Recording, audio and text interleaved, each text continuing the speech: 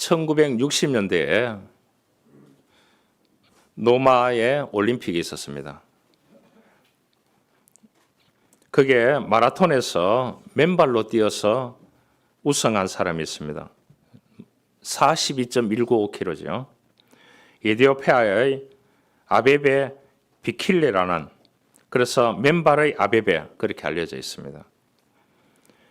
에티오피아의 수도인 아바바에서 약 130km 떨어진 자토라고 하는 작은 마을의 원래 목동이었습니다. 그는 성인이 되어서 에티오피아 셀라시아 황제를 경호하는 군인으로 복무하고, 한국 전쟁 때에 셀라시아 황제가 경호부대를 보냈을 때에 대대장 경호원으로 1년간 6.25 전쟁에 참전을 하게 됩니다.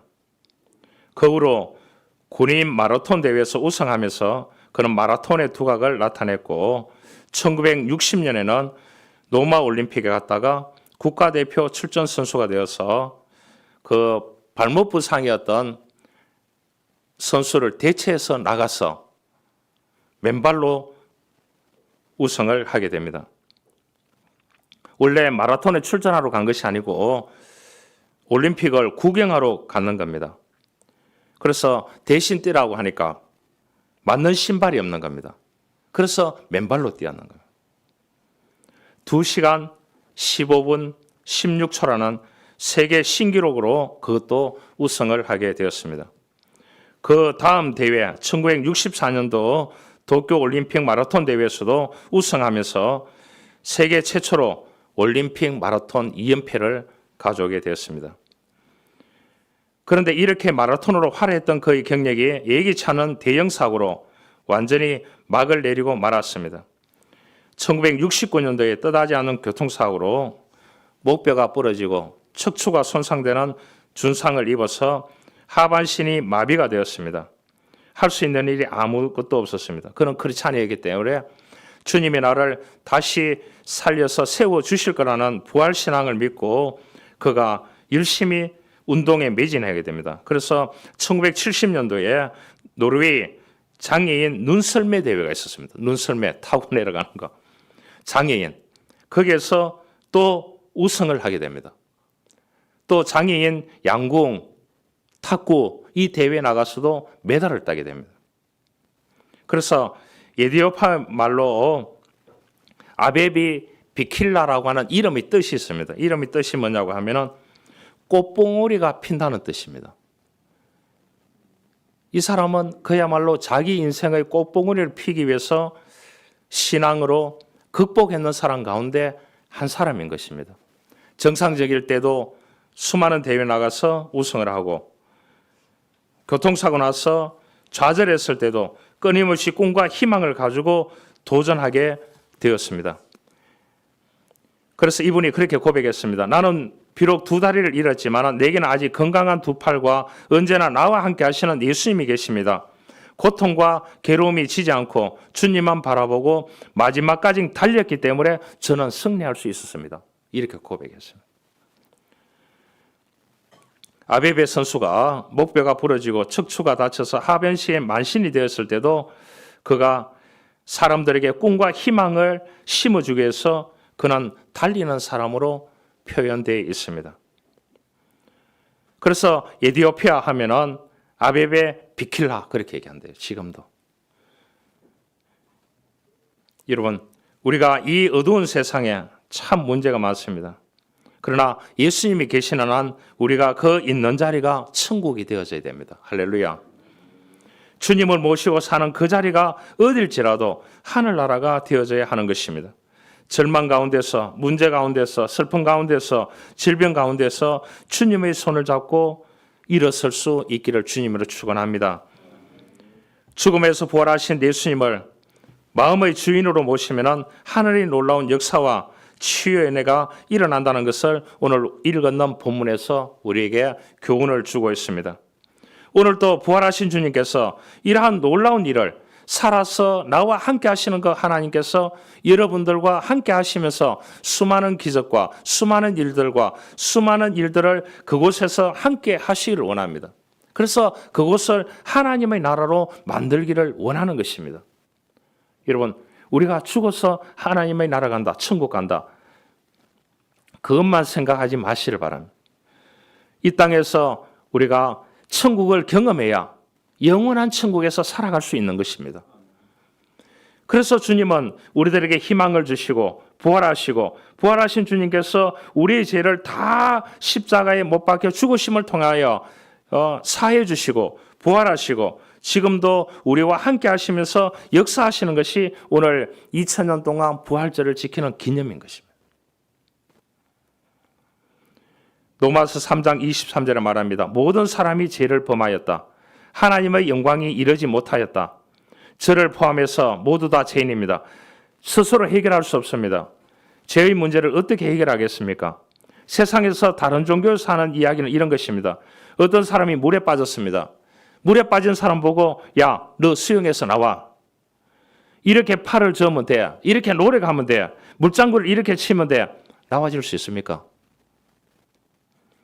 그러나 주님은 그렇게 하시지 않습니다. 우리의 한계를 아시기 때문에, 죄된 복성을 가지고 있는 우리 인간이기 때문에 주님께서 십자가의 죽으심을 통하여 인류의 죄를 대속하시고 우리에게 영원한 생명과 이 땅에 살아갈 수 있는 생명을 주셨습니다.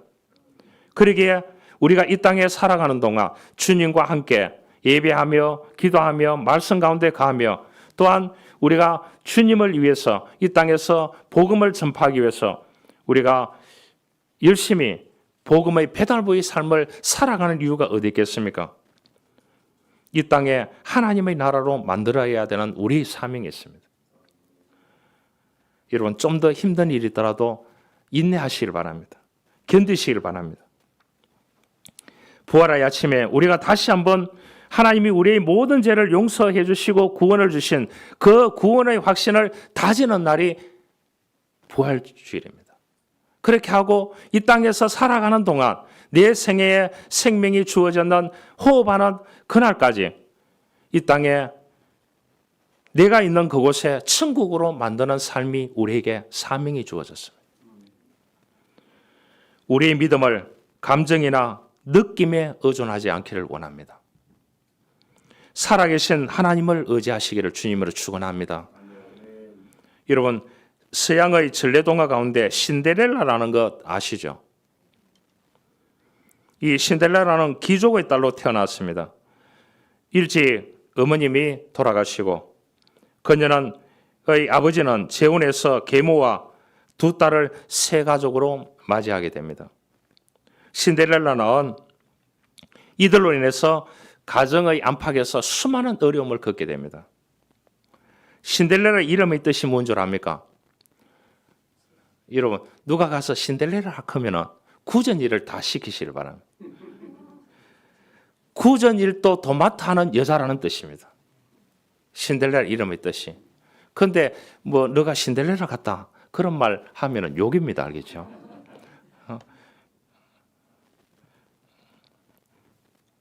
신데렐라 같은 사람의 이야기는 우리 주변에서 많이 찾아볼 수 있습니다. 고립되고 소외되고 암울한 인생을 살아가는 사람들에게 이 주님이 죄를 다 사하시고 부활하셔서 새로운 생명을 주셨다는 이 복음을 배달하는 것이 최고의 기쁨인 것입니다. 우리가 부활을 믿는 믿음으로 우리의 삶을 살아감으로써 하나님 안에서 당당하게 희망을 볼 수 있기를 바랍니다. 여러분의 꿈과 비전을 볼 수 있기를 바랍니다. 예수님은 말씀하셨습니다. 나는 부활이요 생명이니 나를 믿는 자는 죽어도 살겠고 살아서 나를 믿는 자는 영원히 죽지 아니하라고 했습니다.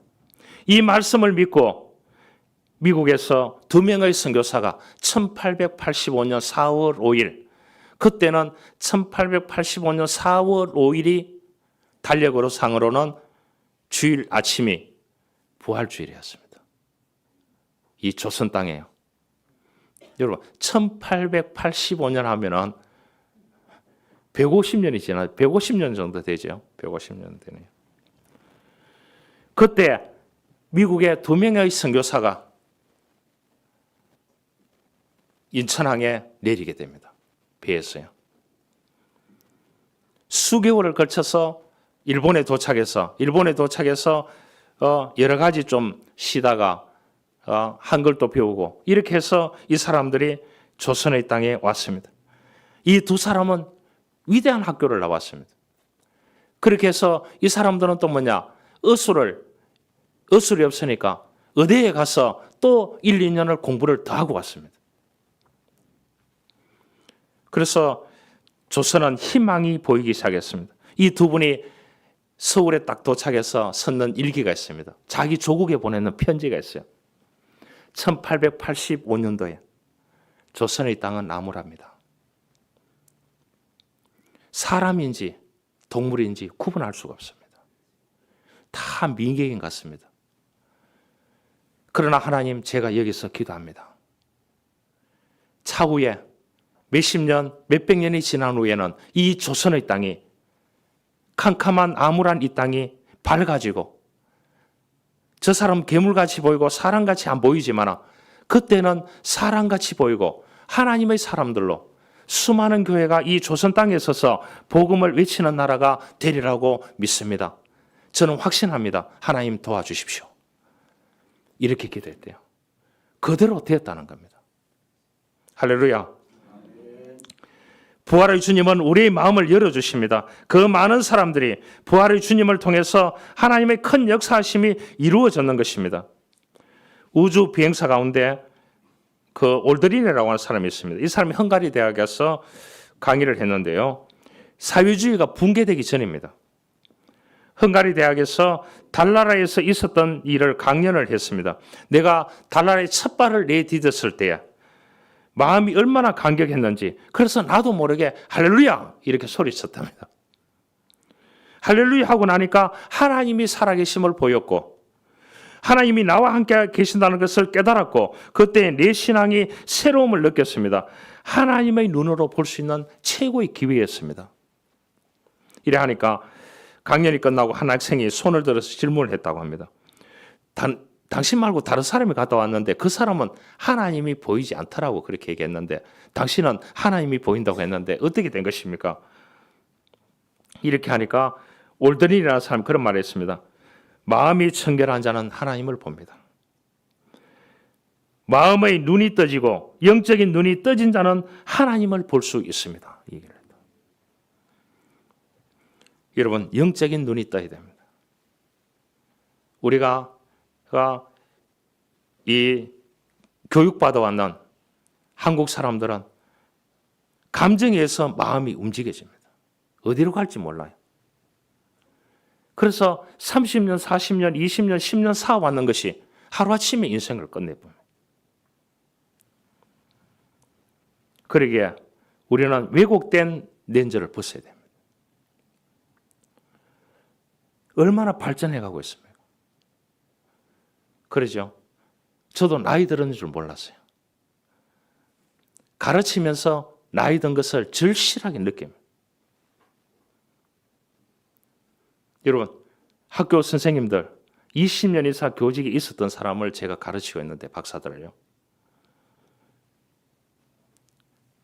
그 사람들하고 저하고 세대 차이가 어느 정도 되느냐? 한 100년 정도 되는 것 같아요.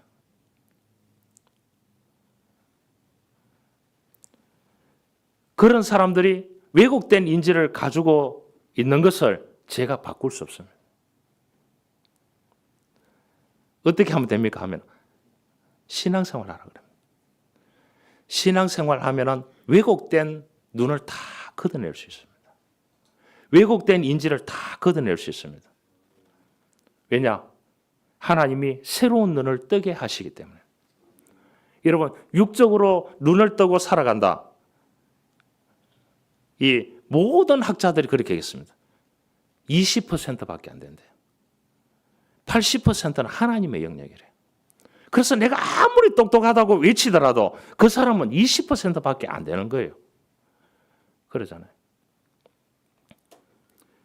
오늘 엠마오 도성에서 두 제자에게 예수님께서 하신 말씀이 있습니다. 그들에게 눈을 열어주셨습니다. 왜곡된 눈을 열어주셨습니다. 오늘 본문에 막달라 마리아 또 다른 여인들이 새벽 시간에 예수님의 시체에 향유를 발라드리려고 예수님의 무덤에 갔는데 부활하신 주님을 그 자리에서 만났습니다. 얼마나 놀랬겠습니까? 남자 제자들은 다 도망가 버렸습니다. 그러니까 이 깡이 있는 사람은 누구냐? 시대를 이끌어가는 사람이 누구냐? 다 예수. 그렇다고 여자 말만 들으면 안 됩니다. 왜곡된 인지를 가지고 있는 여성들이 너무 많기 때문에. 예수님의 부활은 막달라 마리아 자신의 부활이고 같이 갔던 사람들이 우리도 영원한 생명을 가지고 부활체를 가지고 살아갈 그날을 바라보며 살 수 있다는 희망을 가졌습니다. 그래서 예수님께서 뭐냐? 나머지는 다 어디에서 보자고요? 갈릴리에서 보자. 예수님은 부활체로 갈릴리에 또 나타났습니다. 엠마오 도상에 걸어가는 두 제자에게도 나타나셨습니다.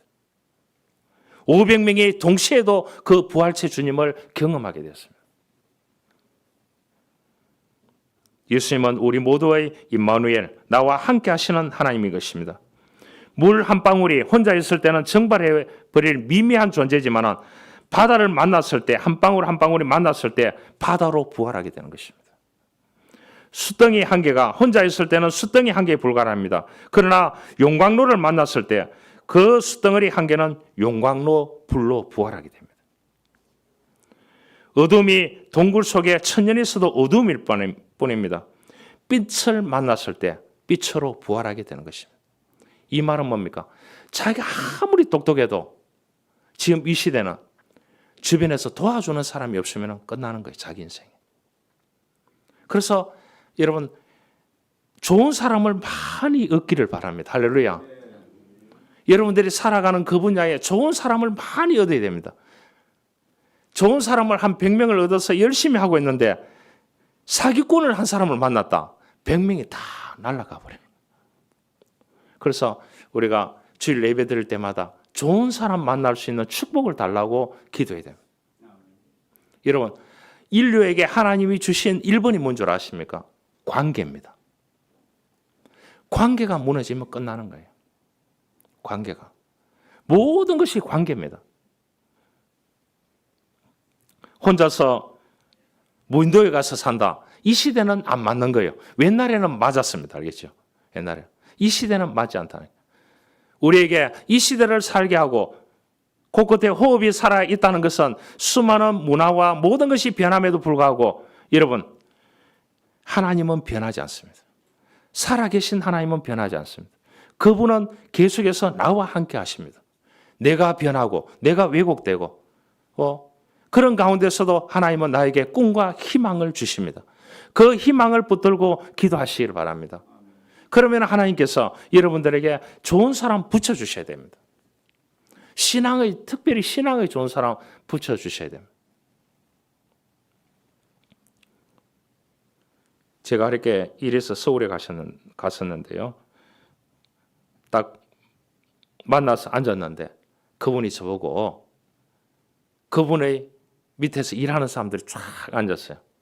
기라성 같은 사람들이 다 앉았어요. 한 8명 정도예요. 그분이 딱 하더라고. 목사님 기도해 주십시오 하더라고. 너무나 기분이 좋았습니다. 너무나 기분이 좋았대. 처음 보는 날이에요. 다른 사람이 불의죄가 만나는 날이에요. 기도해 주십시오 하더라고. 그래서 기도를 제가 한 5분 정도 길게 했는 것 같아요. 너무나 기분이 좋았어요. 여러분, 우리가 이 땅에서 살아있다는 것은 뭡니까? 움직이고 살아 숨쉰다는 뜻입니다. 에스겔 골짜기 뼈들도 살아나고 나사로 무덤 속에서 살아나고 사람은 어떤 경우에도 뭐라고요? 생기가 있습니다. 굳어지면 끝납니다. 굳어지면 뭐라고요? 신경경색이라고 합니다. 경화요, 암이 됩니다. 여러분, 사업이 부도나고 길이 없고 마른 뼈 같은 죽은 회사야 살아나라. 할렐루야. 하나님의 말씀으로 명하노니 너는 떠나가고 생기는 돌아올지어다. 이렇게 스스로 좀 선언하고 선포하시길 바랍니다. 믿는 사람은 배짱이 있어야 돼요. 왜냐? 하나님이 살아계셔서 나와 함께 하십니다. 내가 어디로 가든지. 죽은 것이 살아나면 숨쉬고 맥박이 뛰고 먹기 시작을 하고 활동하기 시작합니다.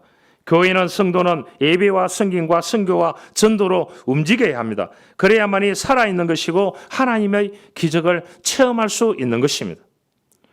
막달라 마리아가 예수님의 부활을 목격한 후에 모든 사람에게 부활의 소식을 전함으로써 나도 주님을 보았다. 죽은 사람을 살려내는 그러한 모티브 형성하게 됩니다. 이것이 부활신앙이요 선교요 전도입니다. 교회는 영혼을 구원하는 거룩한 구조선입니다. 여러분, 이 구조선에 저와 여러분들이 동참해서 이 교회를 통해서 구원의 방주 역할을 해나가는 것입니다. 그래서 선교도 하고 복음도 전하고 이번 연도에 한 사람은 전도합시다. 아멘이 왜 없노? 할렐루야.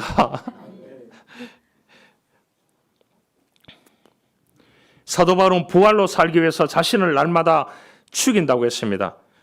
날마다 밤이면 잠드는 것은 죽음의 연습이요 아침에 깨어나는 것은 부활의 연습이라고 했습니다. 여러분, 우리가 아침에 깨어난다는 것은 하나님께서 나에게 부활을 주셨다고 긍정적인 신호를 보내야 되는 것입니다. 오늘 또 저 사람 만나야 되나? 오늘 또 눈을 떠야 되나? 제가 상담했는 수많은 사람들 가운데 자는 잠에 갔으면 좋겠다는 사람이 너무나 많았습니다. 여러분, 아침에 눈 뜰 수 있다는 것에 감사하기를 바랍니다. 주님께서 나를 아침에 잠에서 깨어나서 부활을 연습하는 것을 해주시니 감사하다고 생각하고 그날의 꿈과 그날의 희망을 가지고 하루하루를 살아가면은 그 인생이 나에게 묻어나는 인생이 됩니다. 그것을 가지고 하나님이 우리를 심판하시는 겁니다. 할렐루야. 그리스 신화 가운데 판도라의 상자라는 이야기가 나옵니다. 제우스가 최고의 여인은 판도라를 만들어서 상자 하나를 들려 인간 세상에게 보냈습니다. 그러면서 절대로 이 상자를 열어보지 말라고 했습니다. 그런데 호기심이 많잖아요. 사람들이 열어보지 마라 하면 열어볼 확률이 많을까요? 이 여인이 이 세상에 와서 판도라 상자를 열어봤습니다. 열어보니까 슬픔이 쏟아지고 질병이 쏟아지고 가난이 쏟아지고 전쟁이 쏟아지고 정오가 쏟아지고 이렇게 막 쏟아지게 되는 것입니다. 그래서 급하게 닫았습니다.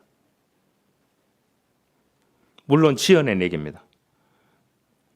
지연의 얘기지만 그러나 그 슬픔과 질병과 가난과 정오와 시기와 이러한 것으로 가득 차 있는데 그 상자 안에 있는 희망이라는 용어를 꺼내지 못했대요. 닫아보는 바람에. 여러분, 주님은 믿음을 통해서 우리가 희망을 공급받을 수 있는 것입니다. 자기보다 나이도 한창 어린 정원사 출신의 미켈란젤로와 평생 대결을 펼쳤는 사람이 있어요. 그 시대 동시대에 유명한 화가들이니까요. 그런데 미켈란젤로는 자기에게 잽도 안 되는 사람이에요. 외모도 안 되고 키도 적고 배경도 안 되고 가난하기 때문에 공부도 못하고 어린 정원사 같은 일을 했던 미켈란젤로예요. 그런데 여기에 대결하는 사람은 누구냐? 자기가 더 나이도 있고 자기는 명문가 출신이고 다 합니다. 이 사람이 레오나르도 다빈치입니다. 그 질투심 때문에 평생 웃음을 잃어버렸대요. 그래서 어떻게 하느냐? 용력을 줄 때에 이 두 사람이 좀 합작을 해서 나라와 민족을 위해서 또 여러 가지 위해서 그 당시에 종교를 위해서 이 두 사람이 그림을 좀 같이 그렸으면 좋겠다. 이렇게 해서 두 사람 같이 그리겠습니다. 벽화를 그리겠습니다. 그리다가 다빈치는 도망갔습니다. 왜냐? 두 사람 다 잘 그리는 사람.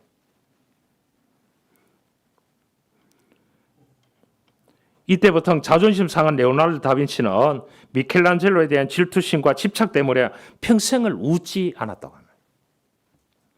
그리고 이 사람이 그렸는 대표작이 뭐죠? 모나리자. 모나리자가 좋은 그림이 아닙니다. 거기에 그림을 보면은 웃는 그림이 비웃는 그림입니다. 왜냐? 거기에 이 다빈치가 그 그림을 그릴 때 누구를 생각했느냐? 미켈란젤로를 생각하고 그랬어요. 대작이지만 그 평가하는 미술가가 그렇게 얘기했습니다. 미켈란젤로에게 복수하기 위해서 그 그림을 그렸다. 그래서 뭐냐? 비웃는 웃음 다시 한번 보시길 바랍니다. 그 그림을 보면은 다시 보면은 비웃는 그림으로 그렸는데 그게 대작이 됐다. 이 사람은 살아서 한 번도 웃은 적이 없대요. 누구 때문에? 미켈란젤로 때문에. 죽음 직전에 임종이 왔을 때 자기의 후계자이자 제자이며 목회자인 밀치라고 하는 사람을 불렀어요. 자기 글을 물려주면서 이 사람 목회자입니다. 알겠죠? 숨을 헐떡거리면서 이 목회자를 통해서 생명의 떡이신 부활하신 주님에 대한 이야기를 듣기 시작합니다. 그 이야기를 들려줬어요. 오늘 이 본문을 들려줬어요. 그분이 진심으로 영접하고 회개하고 영원한 하나님의 나라의 백성이 되었습니다. 밀치가 보는 앞에서 미소를 짓고 영원한 행복의 얼굴로 죽음을 임종을 맞이했다고 합니다. 그래서 나중에 밀치가 그렇게 증언을 했습니다. 나는 나의 스승 곁에서 오랫동안 봐왔지만 그림을 배우고 봐왔지만 이렇게 행복을 짓는 웃음은 처음이었다. 그리고 그랬어요. 여러분, 영원한 영생과 천국의 소망이 바로 하나님의 뜻인 것입니다.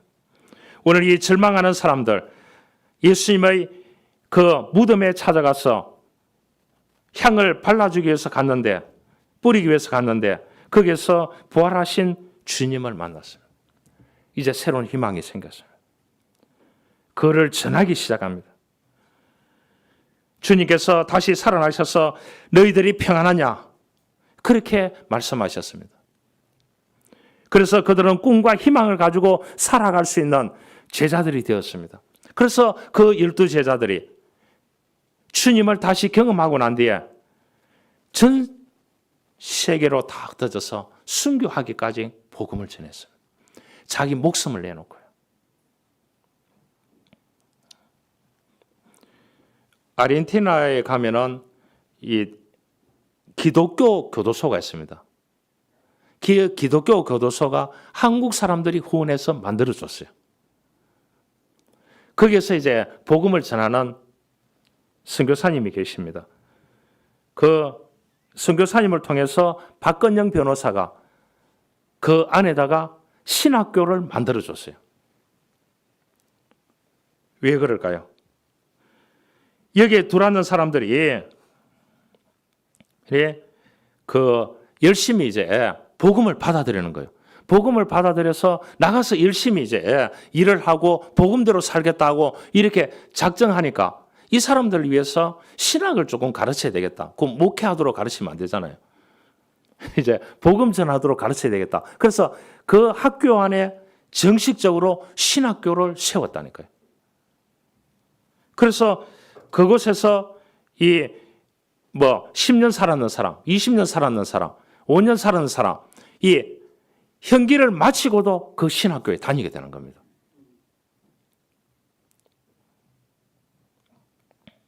왜냐? 출소 후에 이 사람들을 지원하기 위해서입니다. 그런데 출소 후에 이렇게 안수를 받지 아니하고 그냥 그리스도인의 직책으로 이 사람들이 복음을 전하는 사람들이 엄청나게 생겨나서 교회가 엄청나게 생겨났대요. 그 사람들이 일을 해서 돈을 모아가지고 교회 없는 동네에 교회를 지어주고 지금 있다는 거예요. 지금 현재요. 안 놀라시네요. 그 신학교 이름이 뭡니까? 뭔 줄 아세요? 오직 예수가 희망이다 신학교입니다. 신학교 이름이 오직 예수가 희망이다 신학교입니다. 여러분, 오늘 부활하신 예수님을 만나면 우리는 희망을 찾게 됩니다. 오직 예수가 희망이다. 할렐루야. 예수 부활은 이런 의미에서 우리에게 새로운 희망의 출발점이 되는 것입니다. 한 가지 이야기를 하고 말씀을 마치겠습니다. 2023년도 1월 달이니까요. 1년 전이겠죠. 영국의 한 컨설팅 그룹에서 소위 여권 있잖아요. 외국에 가려고 하면 여권이 있어요. 여권 파워 지수를 전 세계적으로 조사를 했어요. 사전 비자를 받지 않고 여권만 내밀면 입국할 수 있는 나라가 몇 개인지를 조사해서 발표해 보았더니 많을수록 신뢰도가 높겠죠. 우리나라는 그 199개 나라 중에서 2위더랍니다. 우리나라 여권이 있으면은 들어갈 수 있는 나라가 192개국이래요. 여러분들 외국에 잘 안 나가 보니까 그렇지요. 여권만 딱 있으면은 통과할 수 있는 나라가 199개 중에서 192개국에 2위라는 거예요. 이 조그마한 나라가. 여러분, 내가 잘해서 그런 겁니까? 아니잖아요. 국적이 대한민국이기 때문에 가능한 거예요. 그 국적 때문에 이렇게 대우를 받는 겁니다. 이처럼 국적이 중요합니다. 바울이 빌립보 교인들에게 묻습니다. 당신은 너의 국적은 로마입니까? 아니면 저 하늘나라? 하나님이 계시는 하늘나라입니까? 이렇게 물었어요. 누가 뭐라고 하든 바울은 그렇게 외칩니다. 나는 하늘의 시민으로 이 땅에 살아가고 있다. 나는 로마 시민권도 있고 유대인이지만 그러나 나는 하늘의 시민권을 가지고 이 하늘의 시민으로 이 땅에서 누가 뭐래도 내가 살아가고 있다. 바울이 그렇게 외쳤습니다. 여러분, 하늘의 시민이 되면 예수님처럼 우리도 결국 세상의 권세를 이길 수 있기 때문입니다. 그래서 바울은 주변의 시선을 두려워하지 않고 끝까지 그가 예수님을 섬기게 됩니다. 그 결과 바울은 하늘의 시민으로서 영원히 빛나는 인생이 될 수 있었습니다. 죽음을 이기신 예수님을 보니 용기가 났습니다. 여러분, 그래서 예수의 부활이 중요한 것입니다. 그런 점에서 여러분께 묻습니다. 예수님께서 나를 위하여 부활하셨음을 믿습니까? 믿고 아멘 하시면 예수님처럼 바울처럼 누가 뭐라고 하든지 이 땅에서 당당하게 하늘의 시민으로 살아야 됩니다. 내가 가는 곳, 내가 머무는 곳에 하나님의 나라를 건설할 수 있어야 됩니다. 이것이 이 땅에 잠시 여행하는 하늘의 시민으로 여행하는 이 세상을 즐겁게 여행하는 자가 되시기를 바랍니다. 여행하다가 혹시라도 만나는 크고 작은 갈등에 너무 목숨 걸지 마시고 잘 돌아가셔서 부활하신 주님과 함께 이 땅에서 하늘의 시민으로서 당당하게 살아가는 우리 부활절 아침이 될 수 있기를 주님으로 축원합니다. 하나님 감사합니다. 오늘 우리는 이 땅에 남겨진 자들입니다. 주님의 부활을 만났던 여러 여인들이 있었고 제자들이 있었고 수많은 사람들이 있었습니다. 그 중에는 500명이 넘는 사람들이 한꺼번에 보았다고 했습니다. 그들은 예수님을 위해서 하늘의 시민권을 가지고 하늘의 시민답게 이 땅에서 당당하게 삶을 살아냈습니다. 흔들릴 때마다 갈등이 있을 때마다 하늘을 바라보며 하늘 시민권을 가지고 이 땅에서 당당한 삶을 살아갔던 그들처럼 우리가 이 땅에서 간접적으로 부활의 예수님을 예배를 통해서 만나고 또한 신앙 고백을 통해서 만나고 말씀을 통해서 만납니다. 우리의 남은 생에도 우리가 이 땅에서 누가 뭐라 하든 나는 하늘의 시민으로 살겠다는 부활의 신앙으로 살겠다는 확신을 가지고 예수님처럼 바울처럼 12제자처럼 살아내는 인생이 될 수 있기를 원합니다. 하나님 도움을 허락하여 주옵소서. 예수님의 이름으로 기도하옵나이다. 아멘.